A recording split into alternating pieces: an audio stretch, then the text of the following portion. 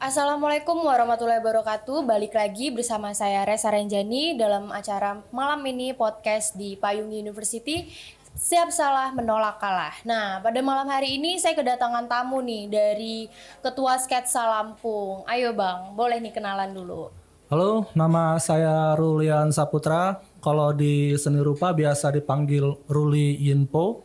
Kalau di seni lain, teater mungkin bisa panggil saya Bang Kerok, Ken Arok maksudnya. Udah. Tuh, berarti banyak ya panggilannya ya Bang ya? Ya, belum termasuk panggilan sayang loh itu. Aduh, mau dipanggil sayang apa nih Bang? Nah, kalau misalnya boleh tahu nih, sebagai seorang pelukis gitu kan, bagaimana sih masa kecil abang dulunya gitu? Kalau di ini ya, dibahas tentang masa kecil saya dulu, sebenarnya ada rasa menjadi seorang pelukis juga nggak tahu ke depannya seperti gini ya gitu. Ya. Tapi memang waktu kecil kalau yang lain tuh kawan-kawanku tuh banyak yang main bola kayak gitu, main kelereng gitu kan, atau mungkin Selayaknya laki-laki gitu ya. main ikan cupang gitu, sepak takraw atau spekdonan yang lain-lain. Saya ini lebih tertarik main di rumah sendiri gitu. Jadi itu kan kebetulan memang di belakang rumah itu ada kolam ikan gitu. Nah di pinggir-pinggir kolam itu ada tanah lepung. Nah biasanya saya sering ngambil tanah lepung itu untuk saya buatin patung-patungan kayak gitu. Nah terus saya bisa main dari patung itu. Ya cuman seperti itu aja. Tapi itu keren sih kalau misalnya itu. Karena biasanya kan kalau misalnya anak laki-laki itu biasanya mainnya keluar terus gitu kan. Ada alasan lain nggak gitu? Kenapa lebih milih main di rumah aja gitu sendiri? Ya yang pertama karena memang saya lebih suka seperti itu gitu kan. Ya yang kedua apa ya? Ya ada waktunya saya main di luar kayak main bola, terus sepak takraw, smackdownan, terus juga entup-entupan mungkin, hitungan sumput dan lain-lain gitu kan. Cuman ya lebih banyak kayak main di rumah aja gitu. Nah, terus kalau misalnya nih untuk pertama kali gitu kenal dengan kuas itu tuh apa sih yang mengingatkan gitu? Kenal dengan kuas tuh seperti apa gitu? Mengingat dengan kuas itu gimana ya bingung juga sih. Tapi kalau awal saya belajar memegang kuas gitu. Taruhlah yakin dan sungguh-sungguh gitu. Iya. Sadar betul kalau memang itu kuas bukan garpu ya. Oh iya. Itu 2011 mungkin Oh iya. waktu saya masuk kuliah di UM. Itu apa tuh yang ngebuat oh kayaknya saya mau nih ke bagian ini gitu. Itu tuh apa gitu? Kalau diomongin kayak gitu memang kalau jujur ya memang itu panggilan hati gitu. Dulu memang sempat milih pengen ngambil kuliah di jurusan seni. Cuman dari omongan orang tua juga saran-saran akhirnya ngambillah jalan tengah berdamai dengan hati ngambillah akuntansi. Memang gak nyambung sama Nggak sekali. nyambung. Tapi kan beruntungnya memang ketika di kuliahan itu ada organisasi seni. Iya. Saya lihat di situ ada divisi seni rupanya gitu. Nah di situ saya ngambil seni rupa di organisasinya. Oh berarti dengan ada divisi itu menunjang juga gitu ya. Sangat menunjang. Jadi sebagai wadah juga gitu untuk Iya. mengalirkan Benar, bakat-bakat seni itu. Nah kalau misalnya tadi itu mulai ngerasa kalau misalnya bisa cocok nih di kuas itu kan kuliah gitu. Berarti percaya nggak sih kalau misalnya itu bakat atau minat? Saya lebih percaya itu minat sih. Aku tipe orang yang menyampingkan kata bakat gitu. Menurutku bakat itu semua orang punya bakat gitu. Tapi kalau minat itu bisa dibuat gitu. Yang penting sering latihan aja. Nah terus waktu udah bergetar nih kan hati ini ya, udah mau melukis gitu. Lukisan apa sih yang pertama kali dibuat?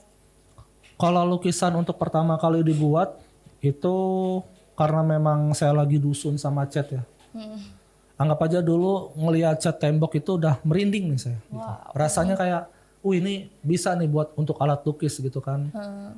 Ya mulai dari nabung-nabung kan, habis nabung-nabung belilah kuas terus ngebeli cat tembok gitu loh, buat kanvas sendiri. lukisan pertama yang saya buat waktu itu ya penari Lampung gitu. Karena saya memang referensinya waktu itu lebih banyak ke anak-anak teater gitu kan, dan keren aja gitu menurut saya. Jadi itu pertama kali lukisan saya buat ya penari Lampung gitu. Nah, terus kalau misalnya berbicara tentang melukis gitu, punya role model tersendiri nggak dalam berlukis? Role model ini yang seperti apa dulu nih? Yang mungkin bisa Aliran. aliran bisa, atau yang menginspirasi abang gitu dalam melukis ini. Kalau awalnya sih saya tetap realis ya. Belajar realis tuh penting gitu. Kita belajar teknik dasar tuh penting. Lambat laun kesini kenal beberapa artis kayak Ande Twisler. Ande Twisler itu salah satu seniman dari Eropa. Menurutku dia seniman realis yang punya ciri khas gaya impresif, di mana beliau ini menggoreskan kuasnya secara lembut, tapi hasilnya benar-benar punya ruh di situ. Asiknya melukis tuh sebenarnya di situ tuh. Apa Kita tuh? bisa menikmati lukis dengan cara rasa. Karena pelukis itu harus mengenal 3 itu. Ada 3 unsur yang harus dikenali pelukis.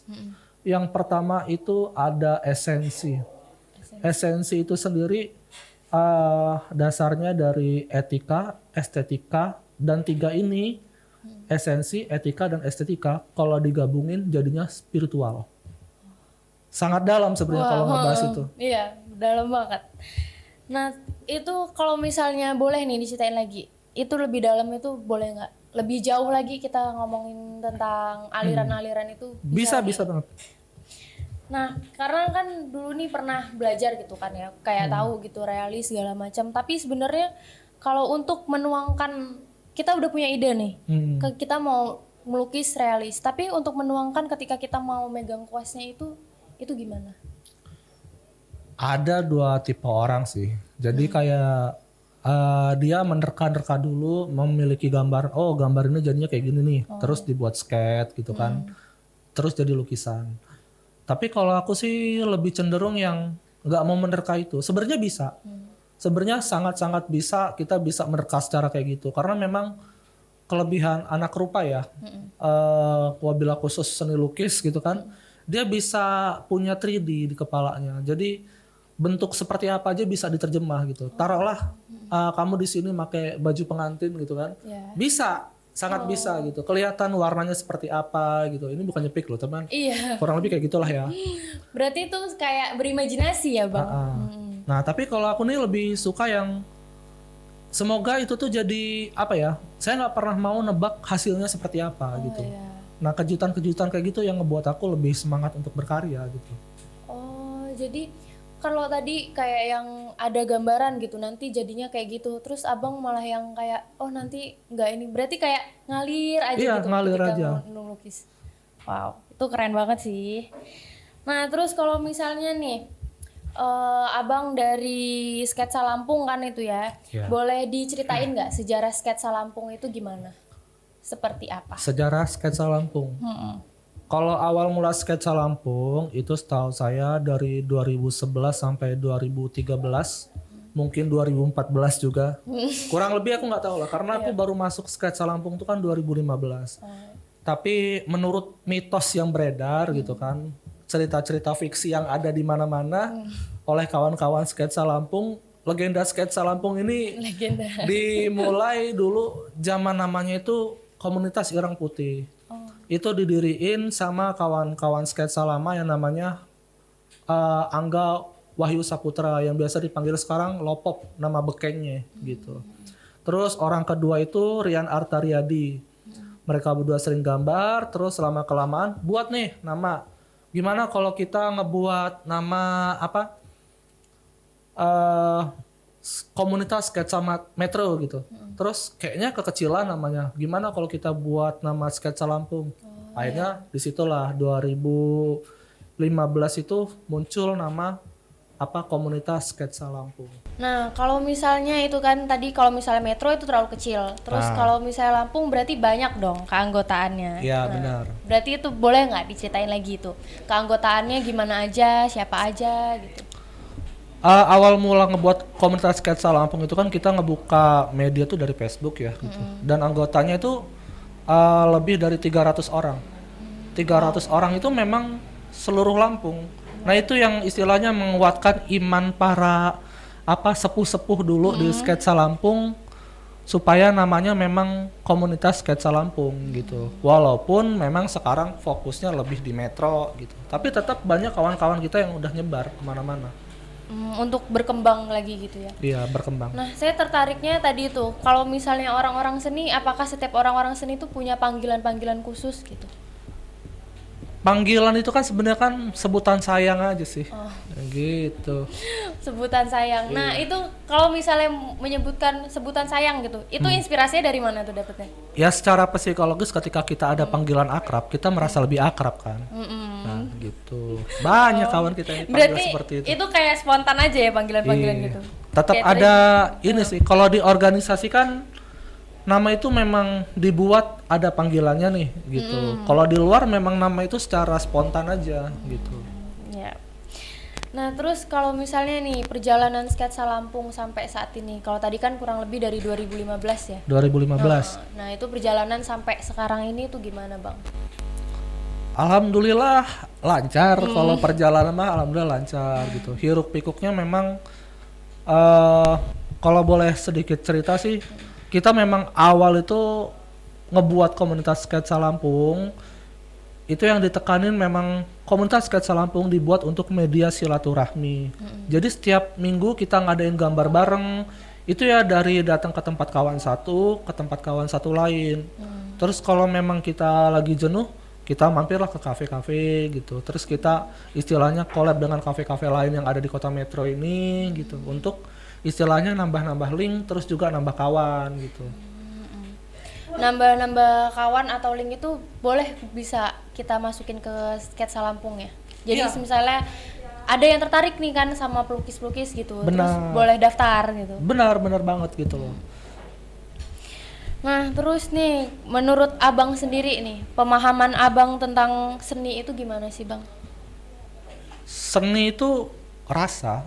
Kalau menurut aku pribadi itu seni itu artinya mengolah rasa gitu loh. Terserah orang luar sana menganggap apa, tapi kalau aku pribadi seni itu artinya mengolah rasa gitu loh. Makanya aku bisa menyimpulkan bahwa seni itu mengandung esensi, khususnya seni rupa ya, esensi, terus juga estetika dan etika gitu. Terus ketika digabungin dia muncul yang namanya spiritual gitu loh. Ketika kita bicara tentang estetika berarti kita bicara soal keindahan gitu. Etika berarti bagaimana caranya kita memperlakukan seni itu sendiri. Bicara soal esensi, apa yang ada di dalam seni itu gitu. Nah, terus kalau misalnya nih, Bang, dari sketsa Lampung atau abangnya sendiri gitu, pernah ngadain pameran di mana aja sih, Bang? Kalau untuk sketsa Lampung ya, khususnya sketsa Lampung apa aku sendiri? Dari abangnya juga, dari sketsa Lampungnya juga. Kalau aku sih gimana ya, karena memang hobi jalan-jalan juga gitu. Jadi kalau untuk pameran pertama kali itu memang aku di Bandar Lampung gitu. Tapi kalau sebelum dari Bandar Lampung itu aku pernah pameran di Palangkaraya. Itu pameran komik strip tingkat mahasiswa. Terus juga di Halu Oleo Kendari. Itu 2016 pameran komik strip juga. Terus Taman Budaya itu dia pameran lukisan. 2019 saya buat pameran di Gedung Sesat dengan tema refresh.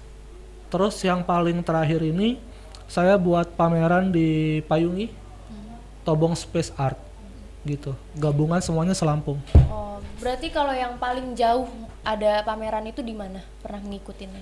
Kendari. Kendari gitu. Kendari.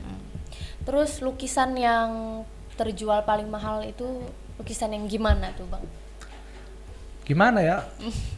Bang harus kasih tahu di sini. Kasih tahu dong. Oh, Penasaran kita. aku pernah buat salah satu lukisan.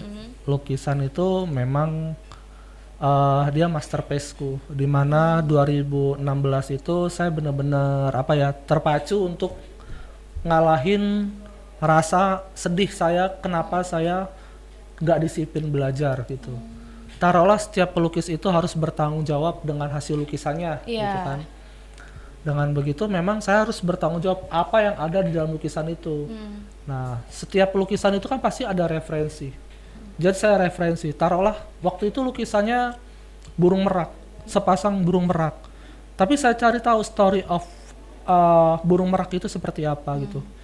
Burung merak yang di hutan hujan itu warnanya apa? Apakah di hutan hujan itu ada tanaman apa yang talesnya warnanya seperti ini gitu. Air terjun seperti apa? Pencahayaan di hutan hujan itu seperti apa? Mengapa harus jumlah meraknya 2? Adakah hewan lain? Warna airnya seperti apa gitu. Semua harus ada gitu alasannya di situ. Sehingga lukisan itu menjadi logis dan benar-benar realis gitu. Nah, waktu itu ada kawanku yang ngesir, bukan kawan sih sebenarnya, memang inilah apa istilahnya, dia kenal gara-gara ngeliat pameran lukisan di festival kopi. Itu sebenarnya lukisan apa, kopi ya. Terus aku tunjukin juga lukisanku lain, dia ngesir lukisan itu. Saya tembaklah harga 22 juta waktu itu. Wow. Dan dia tertarik dengan lukisan itu. Wow, 22 juta bang. Wow, nah itu keren banget. Berarti tadi itu kalau misalnya mau melukis harus kayak ada semacam research ya bang? Ya, riset. Dipertanggungjawabin lah. Iya, berarti kan karena saya orang awam banget kan, nggak ngerti yang seni banget gitu. Ada tips sendiri nggak sih bang, gimana kita yang awam untuk memahami seni lukis itu gimana dalam lukisan gitu?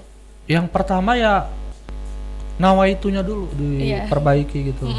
Nama itu niat belajar karena lillahi ta'ala, itu satu. Kan. Yang kedua, jangan keracun, kan banyak nih hiruk pikuk para pelukis di dunia ini gitu kan, menganggap kalau lukis memang bisa dapat duit di situ gitu. Pada akhirnya banyak pelukis yang akhirnya malah dia orang mementingkan duitnya daripada nikmat melukis gitu. Itu yang sangat disayangkan. Harusnya itu dulu, belajar dulu benar, sering latihan. Nanti kalau karya lo bagus pasti banyak kok peminatnya gitu. Mau kita sumput-sumputin juga ntar dia pasti nanyain. Pasti dicari orang ya pasti bang? Pasti dicariin orang. Terus kalau dari sketsa Lampung lagi nih, balik lagi sketsa Lampung. Masa depan sketsa Lampung itu seperti apa sih bang? Untuk nantinya gitu. Untuk masa depan sketsa Lampung, saya mau sketsa Lampung itu benar-benar di tahap yang bisa berguna, khususnya di metro maupun di luar metro ya. Pada saat ini memang sketsa Lampung itu sudah cukup dipercayai sama orang-orang pemerintahan maupun di luar pemerintahan. Kami memang bergerak di sketsa Lampung itu atas dasar militan gitu. Jadi apapun gerakan itu didasari oleh solidaritas, dan apapun itu memang tujuannya satu untuk semua gitu. Terus semua untuk satu gitu kan. Nah, seperti pameran terus ngadain itu kita selalu sokongan, terus uang hasil sokongan itu kita beliin kanvas, kita iniin. Terus memang pada saat sekarang ini memang sketsa Lampung itu sudah cukup dikenal di mana-mana nih. Khususnya di Lampung memang udah banyak yang mengakui bahwa kita malah udah dapat nama loh. Nama gimana? Kalau boleh agak sedikit, mohon maaf loh. Pengakuan ini juga bukan datang dari anak seni rupa aja gitu, tapi juga di luar seni rupa seperti teater, sastra dan lain-lain, bahwa pemuda seni lukis yang paling aktif dan paling disiplin tuh di Kota Metro tempat kita. Dan itu khususnya memang sketsa Lampung gitu. Wow, berarti apakah ada rutinitas sendiri nggak sih bang, mau ketemuan gitu atau mengadakan agenda tersendiri gitu untuk perkumpulan sketsa Lampung, anggota-anggota sketsa Lampung? Ya selalu, komunitas sketsa Lampung itu kan memang isinya orangnya ya dibesari dengan cara seperti itu ya, solid dan lain-lain gitu. Ya kita memang harus saling ketemu gitu, ketang-ketang josu bareng gitu kan, ngerokok bareng, terus nyeket-nyeket gambar. Kalau minggu pagi mungkin kita bisa pergi ke pasar kreatif, contohnya kayak Payungi gitu kan, kita bisa gambar bareng di sana gitu, tukar sharing. Nah sekarang ini kita punya proja sketsa Lampung itu kan memang lemah di narasi dan media gitu. Aku berharap sih ntar ke depan memang sketsa Lampung punya wadah yang memang mendukung seperti akun segala macam gitu, dimana itu yang bisa nyebarin gambar kami gitu, terus juga lukisan kami gitu. kita bisa ngebuat tutorial, kita bisa ngebuat narasi di sana, belajar supaya istilahnya sketsa Lampung ini bukan dikenal di Lampung aja, tapi bisa di luar Lampung gitu loh. Terus untuk sekarang juga kan sketsa Lampung sudah belajar untuk berniaga, melepas bahwa memang apa ya, sketsa Lampung itu kan yang saya bilang tadi belajar untuk jadi orang-orang yang solid, terus militan gitu kan, swasembada gitu loh. Kita harus belajar menabung dari sekarang. Nah sekarang ini kita juga lagi buka kedai gitu untuk pendapatan tambahan lah di sketsa Lampung, yang hasilnya digunain nanti untuk studi lah, belajar kawan-kawan sketsa. Berarti ada rencana untuk kayak semacam mentoring ya bang? Nah betul banget. Nah itu berarti kayak misalnya itu terbuka lah buat siapa aja yang emang punya minat di situ. Nah terus nih kalau misalnya berbicara tentang seni tadi itu, kapan sih atau kayak gimana nih ketemu mau ngelukis, kayak kapan datang ilhamnya gitu? Ilham tuh nggak semesta-mesta kita tidur terus ilham masuk ke dalam badan jepret gitu, lo jadi pelukis. Apakah kita menjemput ilham gitu kan? Enggak juga gitu. Ya tetap kita proses bareng-bareng lah. Kita sering latihan bersama-sama, itulah yang ngebuat ilham tuh sebenarnya apa sih? Kayak semacam kayak inspirasi gitu kan, kayak gambaran-gambaran dapet gitu. Oh enggak, kita karena sering ngobrol aja. Karena sering ngobrol, pasti kan kawan yang dari luar itu kan datang bawa referensi gitu. Mungkin kita dari baca buku apa, kenal dengan siapa, ketemu dengan siapa, ada referensi, ketemu link, dapat lagi pencerahan baru gitu. Berarti bisa dari mana aja ya bang ya. Nah terus dari tadi nih ngomongin tentang melukis gitu, kendala, adakah kendala gitu bang dalam melukis itu? Kendala dalam melukis? Kalau aku pribadi sih nggak ada sih selama ini gitu loh. Karena apa ya, nikmat belajar itu menurutku ya nggak ada habis-habisnya gitu loh. Apapun kendalanya, kayak mungkin salah nyeket atau mungkin salah konsep taruhlah gitu. Menurutku itu nikmat, itu nggak aku jadiin sebagai kendala. Itu proses, semua proses. Berarti nikmat apa aja nih yang udah didapat selama ini gitu sebagai seorang pelukis? Kalau aku pribadi ya, sempat aku tanya kan sama diriku sendiri gitu. Aku pergi kemana-mana gitu. Taruhlah aku belajar melukis ini bukan sama seorang pelukis saja gitu. Belajar dengan seorang sastrawan, terus juga pemain teater, sutradara, dan itu juga di mana-mana gitu, nggak cuma di Lampung gitu kan. Aku nanya nih sama diriku, apa sih sebenarnya yang ku cari gitu. Selama ini aku belajar gitu, ngabisin duit gitu kan. Apa gitu yang ku cari gitu loh. Eksis kah gitu? Enggak gitu. Ternyata saya nggak ngejar eksis. Terus ketika karena nanti dulu nih, kayak eksis ini sendiri kan melukis itu pameran tuh adalah ruang eksistensi. Jadi aku pribadi tuh nggak merasa kalau aku harus butuh eksis sampai yang ini aku sebagai pelukis tuh enggak gitu. Nggak mau yang terlalu show upin diri gitu. Terus juga uang, ya aku banyak lah istilahnya kegiatan lain yang bisa ngasilin duit kan. Berniaga kayak buka kedai juga itu kan bisa ngasilin duit gitu kan. Ternyata yang ku dapetin dari melukis tuh ya nikmat belajar, nikmat mencari ilmu itu. Itu yang ngebuat aku benar-benar sampai sekarang ya khusyuk lah, benar-benar khusyuk untuk di berkesenian. Selagi kita masih belajar tuh pasti ada aja jalannya. Nah gitu. Jadi kayak kita bakalan merasa kurang terus kalau misalnya kita maunya belajar aja, kita nggak merasa gitu. Cepat puas kan ya. Selama ini mungkin saya merasa kalau ya belum belajar sama sekali di seni rupa malahan gitu. Iya. Kalau dia ngomongin belajar sampai yang seperti apa, aku sudah pelajari gitu.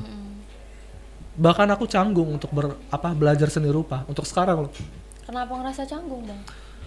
Ya sedalam itu seni rupa. Kita bicara seni rupa berarti kita bicara soal rasa, etika, estetika, emosi. Rangkumannya menjadi spiritual itu gitu. Dalam banget itu ya. Sangat dalam.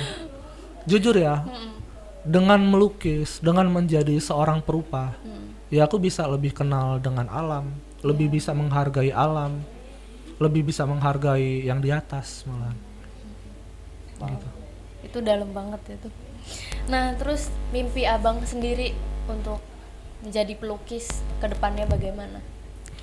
Kalau mimpiku jadi pelukis ya nawaituku ya berguna bagi istilahnya orang banyak gitu. Karena tugas pelukis itu yang terakhir ketika dia setelah belajar itu dibagikan gitu. Pada saat ini mungkin saya sedang meneliti untuk beberapa macam garis dan warna, bahwa garis dan warna itu jika digabungkan bisa menjadi media terapi untuk anak-anak disabilitas. Itu tesis sama penelitianku dari 2015. Nggak nyambung sebenarnya di seni rupa, tapi justru itu yang saya dapetin, bahwa gambar itu bisa jadi metode bisa metode ngebuat orang tuh jadi lebih sehat lagi gitu, khususnya untuk anak-anak hiperaktif. Media terapi untuk anak-anak hiperaktif. Berarti kalau misalnya nih kayak tadi yang abang jelasin gitu, jabarin, berarti seni itu bisa kemana aja benar-benar. Jadi kita mau pendekatan kemana pun itu bisa lewat seni ya, Bang? Iya, seni itu rasa, seni itu mengolah rasa. Bagaimana kau bisa menganggap dirimu seorang seniman kalau kau tidak mengerti rasa? Wow. Gitu. Keren gitu. Nah, terus nih menurut abang apa sih seni itu untuk kehidupan bermasyarakat? Ya, seni itu memang harus berguna gitu. Seorang seniman dia harus bisa peka melihat masalah yang ada di lingkungannya gitu loh. Dia harus bisa peduli gitu loh. Bagaimana kau bisa menganggap dirimu sebagai seorang perasa sedangkan kau tidak peduli? Waduh, Gitu. dalam banget ini. Oke nih, apa aja sih Bang yang harus dikuasai gitu sebagai seorang pelukis? Kalau yang harus dikuasai ya yang pertama dasar dulu, teknis dulu. Ketika kita belajar teknis, kita juga harus mengerti tentang etika, baru kita masuk ke estetika. Jadi kesimpulannya gini loh, seorang pelukis itu harus tahu sopan santun, harus belajar etika, sadar ruang itu juga penting gitu. Terus juga ketika kita sudah paham itu, kita juga pasti bakal tahu kok soal estetika. Estetika tuh rasa, keindahan dan lain-lain itu. Gitu. Nah, terus untuk abang sendiri dan Sketsa Lampung nih ya, punya mimpi sendiri nggak sih untuk kota Metro ini? Kalau Jadi untuk pelukisnya. ya kita orang pengen ke depan sih bener-bener memang buat Metro tuh menjadi bener-bener pusat barometer pelukis di Lampung ini gitu loh. Jadi di mana memang orang mengenal kota Metro sebagai oh di sini pusat pelukis nih gitu loh. Oh iya. Jadi orang kemana-mana wisata segala macam tahu salah satu Metro ini sebagai wisata pelukis. Gitu. Berarti ada di Metro ini menonjolkan tentang pelukisnya, Ya. gitu, seniman lukisnya gitu. Memang kita ada prokja sih, prokja tahunan. Itu Sketsa Lampung itu pengen buat tempat kampung pelukis kopi. Di mana semua pelukis itu jualan lukisan kopi sama melukis kopi di sana. Selama ini kita bisa melihat kalau pelukis kopi itu kan ada di mana-mana, gitu kan. Taruhlah di Bandar Lampung ada, terus juga mungkin di Metro juga ada, di luar Lampung juga ada. Tapi yang benar-benar satu wadah itu belum ada. Aku berharap nanti ke depan Sketsa Lampung ini ada tempat, kita ngebuat tempat di mana pusat semua pelukis kopi itu kumpul di situ. Jadi mungkin ada kawan-kawan di luar Lampung yang mau berkunjung atau mungkin main atau mungkin menetap, ya disitulah tempat lukis kopi. Menjadi wadah ya, Bang. Nah gitu. Nah, terus kan tadi Abang cerita nih kalau misalnya pelukis gitu, menjadi pelukis tapi kuliahnya nggak sejalan sama pelukisnya. Itu gimana sih, ada yang mau disampaikan nggak nih ke orang-orang, gimana sih untuk menyelaraskan hal tersebut gitu? Yang kita berbeda gitu kan, nggak nyambung gitu. Jangan pernah menyesali pilihan hidup gitu. Karena sebagai manusia itu kan nggak luput dari salah gitu. Iya. Tapi kelebihan dari manusia itu kita bisa lentur. kita bisa kemana-mana gitu. Salah kita juga bisa dibenarkan dengan waktu yang akan datang gitu loh. Intinya Tetep, mau belajar terus iya. ya Bang. Pasti ada jalan kok. Seperti ini. Niat baik itu menurutku datangnya dari yang di atas gitu. Ya kan? Taruhlah izin niat baik itu pasti dari Allah gitu. Nggak mungkin kita nggak dikabulin. Ya. Nah, terus ada lagi nggak nih Bang yang mau disampaikan buat pelukis-pelukis di Kota Metro maupun di Lampung ataupun di seluruh Indonesia nih Bang? Apa ya? Paling cuman yang pertama semangat jadi pelukis gitu kan. Jangan nyerah jadi pelukis. Jangan nyerah gitu. Semangat Le jadi pelukis. Karena pelukis itu mungkin cibirannya banyak gitu. Di kota-kota mana saja gitu. Tapi kelebihan dari pelukis itu kita harus tahu dan kita harus sadar bahwa pelukis itu menang dirasa. Menang dirasa. Oke, sekian ya Bang untuk hari ini, untuk malam ini obrolan mendalam tentang seni nih. Terima kasih banyak ya Bang ya. Sama-sama. Terima kasih banyak udah mengikuti podcast malam ini di Payung University. Siap salah menolak kalah. Assalamualaikum warahmatullahi wabarakatuh.